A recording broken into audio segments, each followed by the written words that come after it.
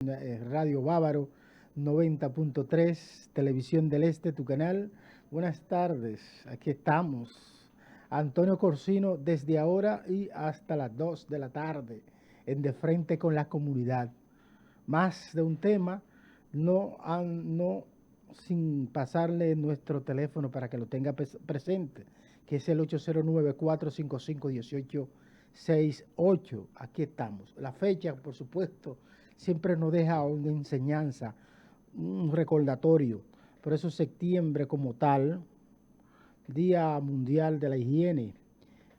El COVID nos recordó la importancia que significa la higiene en relación a la salud. No hay salud sin higiene y solamente cuando aplicamos esa práctica de higiene, bueno, pues nos protege. Más de una enfermedad, casi todas las gastrointestinales, como esas diarreas, el mismo COVID, muchas enfermedades, no podemos librar de ella simplemente por aplicar un poquito de higiene personal. Eh, Lavando la mano, una práctica que hay que implementarla. Y sobre todo el apoyo de las instituciones o de los negocios que tienen baños, que tienen el baño pero no tienen agua. Cuando tienen agua no hay jabón y vaya usted. Es difícil bajo esas circunstancias. Lo cierto es que en la medida de lo posible, como en otros aspectos de la vida, lo personal lo salva. Es decir, tome en cuenta siempre su higiene personal para que lo proteja su vida. Incluso cuando usted llegue a su casa, si está protegida, no infecta a sus hijos, a los que están en la casa, porque usted salió del baño, buscó la forma de evitar, ¿verdad?, ese contacto con esos lugares que están llenos de... Un baño es un foco de contaminantes, entre otras zonas, lugares donde uno tiene que estar, sobre todo bajo esos techos de aire cerrados, ambientes que tienen... Bueno, el tema es que la fecha es una invitación y nos recuerda lo que significa. Por eso hago la mención en cada día, la importancia de un día de manera muy particular, con la intención de concientizar, de que llegue la información, no lo recuerdo, mira, este día esta razón de ser, tienes ahí sobre todo ese que salva vidas, ¿verdad? O por lo menos no le salva de la muerte, pero por lo menos la vida se la ayuda a vivirla, ¿verdad?, con más calidad. Porque una persona que llegue a los 60 años enfermo, y esa enfermedad es fruto de la falta de higiene, hay que bañarse, el agua, si bien no hay mucha, pero siempre nos ha faltado para bañarse.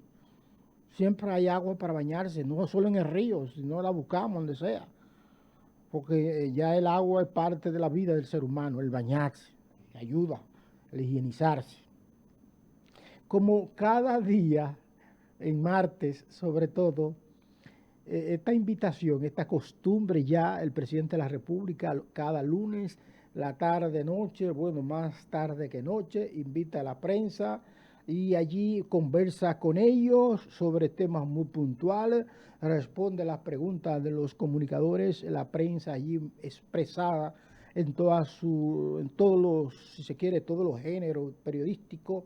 Es decir, no solamente están allí los investigadores, los periodistas, reporteros, el entrevistador, el analista, en fin, todos allí convocados como comunicación, y abre ese espacio para dialogar con el pueblo mediante los medios de comunicación allí presentes, todo en su mayoría, no solamente los tradicionales, sino los digitales, también convergen allí ese lunes, cada lunes en el Palacio de la República, donde el presidente pone un tema central. Ayer, por supuesto, en torno a la realidad de las sedes, el estado en que están, un plan y lo que cuesta, sobre todo la respuesta que dio el presidente en torno al avión de Maduro, eh, la posición de algunos,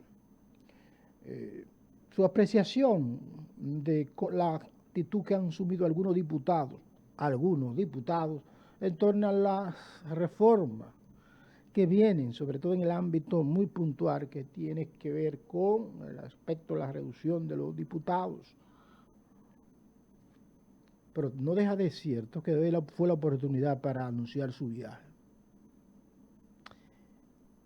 La situación esta de las sedes, que es una administración de pérdidas, por los niveles de pérdida, más lo que conlleva eso al Estado Dominicano, la cantidad de dinero que tiene que desprenderse el país, el gobierno, para poder mantener vivo esos tres, las sedes, de norte, de sur y del este.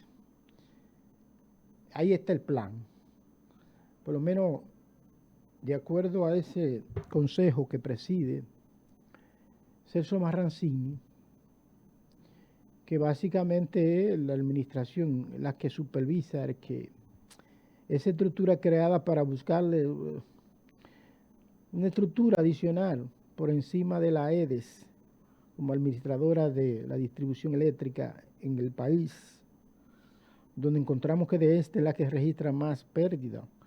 Y esos 650 millones de dólares que tendrá que utilizarse o buscarse prestado la banca múltiples de ahora hasta el 27, cómo nos plantea no solamente la reducción de las pérdidas, mejorar, ¿verdad?, la práctica, la distribución en su totalidad, inversión. Ya lo había dicho el ministro de Economía, Planificación y Desarrollo, Pavel Issa, de que la solución es dinero, recursos para poder minimizar aquellas cuestiones que son recurrentes, permanentes, a ese barril sin fondo, aún con las fiscalizaciones debidas, como quiera las pérdidas y esa baja de potencia, esa realidad y la recuperación de lo servido en relación a lo cobrado, lo facturado, hace que ella, la de este, que es la que registra mayores pérdidas cada mes, la proyección es tanto a EDE Sur como a EDE Norte, que lleguen al menos 20% de la pérdida, porque se entiende que con eso es manejable. Y a EDE Este 40%. Ningún negocio que deje pérdida es rentable, es sostenible. Definitivamente que hay que buscarlo, porque lo planteado es a ver si funciona a partir de las apreciaciones, las consideraciones con este diseño que se dio como tema central allí en el Palacio del País, no solamente en frente del presidente de la República, Luis Abinader, sino también de otros funcionarios vinculados al sector eléctrico, como el ministro de Energía y Minas. Él allí y otros, sobre todo los que tienen que ver con las finanzas públicas, tratar de alguna manera buscarle una solución a esta realidad que es las sedes. Cómo poder, ¿verdad?, compensar esas pérdidas, porque las proyecciones son manejar las pérdidas. Son 20%, lleva 20, 40, un negocio perdiendo de cada peso que le entra, pierde, no lo recupera, se pierden 40, nos quedan 60 y con eso cubrir el 100. Es difícil mantener un negocio, cualquier actividad en esos términos que pueda sobrevivir. Es demasiado la presión y hay soluciones, por supuesto, hay soluciones, pero al momento nos agarramos de ese clavo caliente que se presentó, un plan mínimo, por lo menos tener una respuesta antes de lo que llamaban a grito que la privaticen, que le pase eso al sector privado y ella asuma, ¿verdad?, eficientizar eso.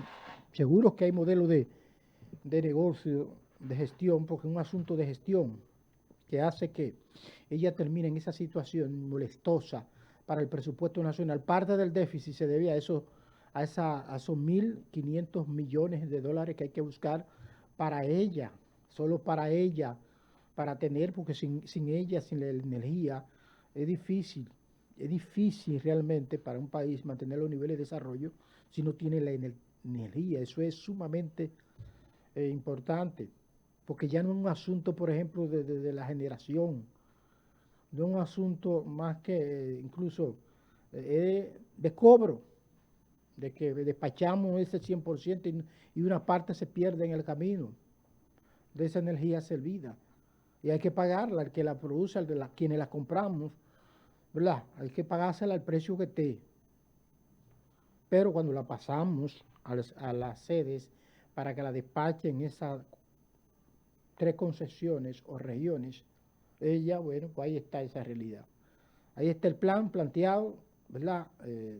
Se supone que es a 2 años, 25-27, esa cantidad de dólares del caso de que sea aprobado, que tengamos ahora en el presupuesto que se presente en octubre, se presente y si sea aprobado, obviamente, se incluya esa partida para esos propósitos, porque hay que buscar más dinero.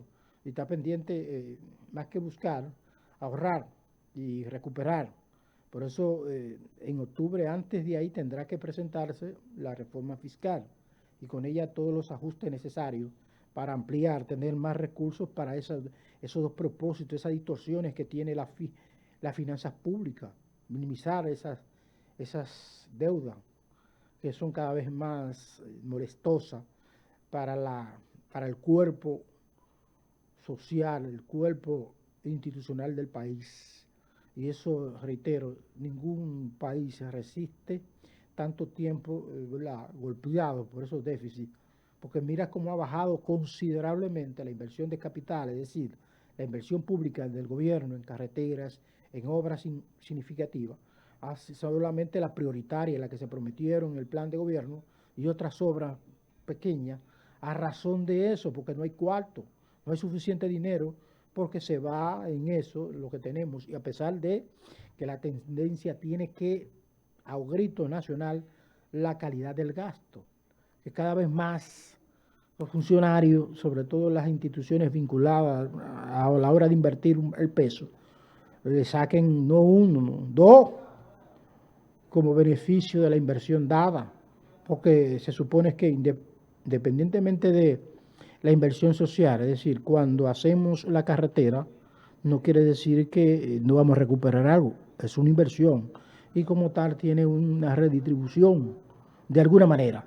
Y eso lo que hay que, no solamente a la hora de hacerla, de mandarla a hacer, sino que quien la presente, que la va a hacer, gane debidamente, bien, y él presente la propuesta la más viable, la que nos podemos ahorrar una cantidad importante de dinero, no una licitación al ojo por ciento, presupuestada ahí como se hace de manera molestosa, y se presentan esas obras, el costo de unas obras que pasa, bueno, esa cantidad de dinero, que al final, bueno, ahí están, los resultados terminan peor que de lo que invirtió. Sí, cantidad de millones de dinero en obras que al final se pudo haber hecho con menos y mejor.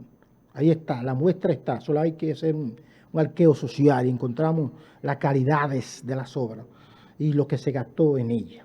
Ahí está la bulevar turística nuestra, ahí, ese tramo, no la otra, la autovía, que esa tiene algunos niveles que, ¿verdad?, a tomar en cuenta, pero ahí está, la que se hizo de la rotonda de Bávaro, perdón, de Punta Cana hasta allá, cómo quedó, al ojo por ciento. Sí, tiene muchas situaciones, fruto de esa realidad y lo que se gastó por ella, necesaria, por supuesto, lo que ha tenido, el impacto que ha tenido en el ámbito del desarrollo, cómo ha mejorado la calidad del desarrollo nuestro con esa vía, aún costosa, pero ahí está. Otro tema que prevaleció allí, ese día, eso fue ayer lunes, en Palacio, ante la pregunta de, ¿verdad?, el cuestionamiento, medios internacionales habían dado cuenta de que esa aeronave que estaba aquí en el Higüero, vino agentes de Estados Unidos y se llevaron el avión. Cuando llega allá a Miami, pues allá llega, se replica aquí, da oportunidad para que el canciller hiciera mención que no era un asunto de Estado del gobierno, sino de justicia, en el sentido de que eso se había canalizado hace rato por la vía, sobre todo en el ámbito de la justicia, se habían hecho esos ajustes para recuperar esa aeronave que estaba aquí y cuyo nombre no lo mencionó el presidente de la República, pero da cuenta de que se trata de una aeronave, no del gobierno del Estado venezolano, pero sí del presidente, o más bien de Nicolás Maduro. Por eso la reacción de él en torno de que fue un acto de piratería, que se hayan llevado en esas condiciones esa aeronave que estaba en ese aeropuerto nuestro con propósito de mantenimiento y se habían hecho todos los arreglos en términos judiciales para que recuperar ese bien que se había hecho, se había comprado por 13 millones de dólares, cuya transacción, ¿verdad?, no estaba debidamente aclarada, la forma como se hizo. Y si hay una oposición, si se quiere evitar todo tipo de negociación con personas vinculadas al régimen de Maduro, sobre todo en Estados Unidos, todo está allí congelado, no hay, bueno, ese bloqueo en su expresión. Cuba ha podido sobrevivir, Venezuela entró en ese tren y Venezuela ya sabe lo que es el peso. Con otra aeronave, ya un avión de carga recientemente más bueno, pues se suma una cantidad de bienes, no solamente en dinero, propiedades y demás, que Estados Unidos lo está usando, bueno, para su propósito, porque lo que genera esas inversiones, sobre todo ese dinero incautados allí en Estados Unidos, bueno, se usa para algo. El dinero está ahí, no es que no se esté usando, no es que se esté cobrando los intereses, por el contrario, el préstamo siempre genera intereses. Sin embargo, este modelo, no manifiesto, pero sí nos lo retrata el canciller ayer, de que no es un asunto, el Estado no tenía nada que ver con la entrega de esa aeronave, sino que es un asunto de justicia, la cual, por acuerdo ya que tienen ambas naciones de estrechez, de amistad, de colaborar en esos aspectos, bueno, pues la justicia hizo su parte. Mírelo ahí el avión. Si usted tiene las calidades de la acusación corresponden, y así se demostró de que se trató de la forma como se hizo la transacción, da cuenta de que se trató de dudosa, una compra de dudosa reputación. No por los montos, pero sí por el triángulo de personas vinculadas que colindancia directa con el presidente Nicolás Maduro, a quien detiene Estados Unidos un acto, y no solamente a Cuba, sino también a Nicaragua, cuyo efecto de esa oposición, de ese embargo a esas naciones, no ha dado resultados. Cuba ha dado muestra en estos últimos años, en estos años siempre que ha podido vivir, independientemente de ese bloqueo, que al final lo que hace es que quita vida, porque a eso, al régimen de Maduro, no le ha hecho daño. Ahí está ese señor de Nicaragua haciendo lo que le da la gana. Y Cuba ya aprendió a vivir de manera así. Ya hay generaciones de hombres y mujeres, cultura de vivir en bloqueo, de que eso ya no impacta. ¿Por qué mantener esa práctica tan no amigable con los estados?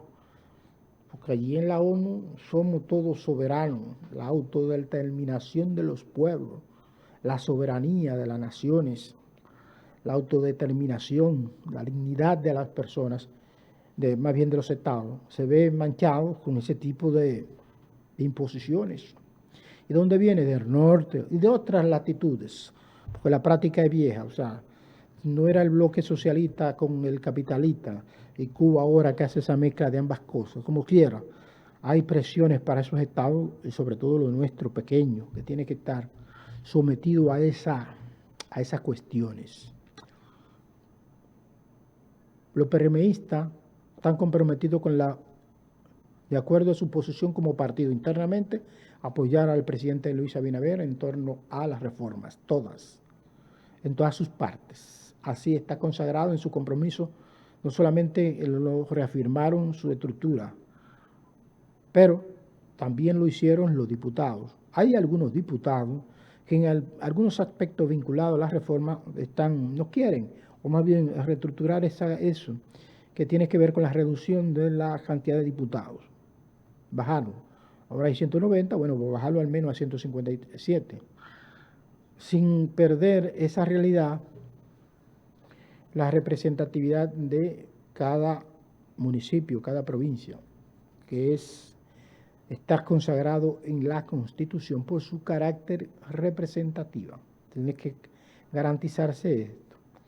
Cuyas posiciones, o más bien los transitorios en cuestión, da cuenta de que toda aplicación de los procesos venideros, sobre todo vinculados no solamente a las elecciones, la unificación de las elecciones, como también a lo que tiene que ver con la reducción de los diputados, es a partir del 32. Pasamos las elecciones del 28 y se va a aplicar para el 32, para no afectar a los que ya ganaron sus 4 años, que se lo ganaron, ¿verdad?, en la forma como se lo ganaron, y no puede, ¿verdad?, chocarle.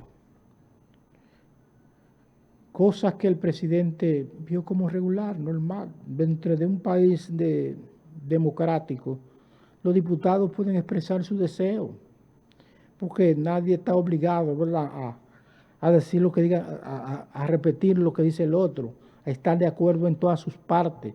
Incluso la oposición a veces son necesarias, no por un asunto dialéctico, es decir, la antítesis, es decir, lo opuesto a la síntesis, nos da de alguna manera, relación importante, un resultado, un resumen bueno, porque escuchamos a los otros, a la oposición, a los que no están de acuerdo con la tesis presentada. Y si ella no completa, no nos satisface, bueno, pues al final sacamos un producto, ¿verdad?, consensuado, escuchándote, porque hay un derecho de la minoría, de los que están allí, que hay que escucharlos, porque hablan por su pueblo, si no hablan por su pueblo, hablan por sus intereses, por su barriga, ¿entiendes? Entonces hay que escucharlo, porque si el país está consagrado como eso, no solo que es republicano y gobernado civilmente, sino que es representativo, ¿verdad?, donde el pueblo deposita su voto para que alguien le represente en el Congreso y él expresa como que no está de acuerdo que le quiten esos diputados. Probablemente cuando se le explica a él debidamente se da cuenta de que no lo va a afectar a él, pero lo escuchamos a él. Lo escuchamos incluso en ese contexto que tiene que ver que lo que se apela a que hay que hacer mediante un referendo, lo que reclaman de que hay un derecho que se podría, no solamente el de dominicanidad, el de soberanía, perdón, el de ciudadanía, por aquello de que podría perder el derecho una persona de elegir y ser elegido. Es decir, bajo esos términos, alguna persona que podría estar interesado en el futuro, y como ahora hay menos diputados, no voy a aspirar, y eso le quebranta un derecho, probablemente. Pero si se nada más hay 2 diputados en esa región, en esa demarcación, solamente aspiran 2, y se hace dentro de los marcos de lo que está la ley, dentro de los parámetros de la justicia, de la equidad, de la representatividad y cuántos valores tiene la naturaleza de la elección, consagrado, ¿verdad?, en ese caminar de la Junta Central Electoral, que tiene que garantizar esa forma de elección, que imperen esos valores como la justicia, la equidad, en fin, todos esos elementos que no lo afecta a esa persona que en el 2032 podría estar afectado por ese lado. Porque a los que pasaron, por ejemplo, ya, que a los presidentes que le pone como, a los que ya firmaron, que duraron sus 4 años, sus 8 años y no más, como el caso de Danilo Medina, él no tiene futuro político porque no puede ser presidente de la República bajo los términos de la Constitución, que en su momento juró no solamente cumplir, sino era hacer cumplir. Y también lo hizo Leonel Fernández en ese término, también bajo esa premisa de esa ley, o más bien de esa Constitución, la cual decía unos preceptos claros, que ahí él podría estar afectado, a razón de que si lo ponen, todo el que fue no será, pero solamente en el caso del presidente. Por el peso específico que tiene dentro de la historia dominicana la reelección, sobre todo esos presidentes de Trujillo para acá, no solamente Trujillo como tal, Balaguer, y esa actitud para imponer esa reelección que siempre tienen ese amargo, y ahí están los resultados nuestros, cómo eso no ha golpeado. Y si el PRM como tal, por su PRD, en la Casa Vieja tiene esa premisa de que aquí estamos en contra de la relación sí o sí. Una locura que entró el expresidente Hipólito Mejía y se va a morir arrepentido. De hecho, no solamente lo dijo en su tiempo, sino que constantemente si tú le preguntas a él, se arrepiente. Automáticamente, mira, mi peor error fue justamente tratar de imponer esa relación. Y ahí están los costos, cómo vivió el país ese proceso. Y encontramos también la que se trató de imponer por el lado de Danilo Medina. Lo que eso generó, la tensión social que eso generó en el país, tratar de que un presidente quiera brincar esa tablita, modificar la constitución para sus propósitos personales, porque no es que lo reclama la nación, es que ella dice que 2 periodos y no más, se puede ir en paz. ¿Por qué insistir? ¿Por qué seguir? Y más el costo que tiene eso, porque de la forma como se hace es desmensurada, no se catiman, no hay recursos que no sean válidos para gastar, para invertir en esa empresa tan costosa, no solamente del ámbito político, económico y social, sino también para un país. Pausamos, en breve regresamos con más de este espacio suyo de Frente con la Comunidad.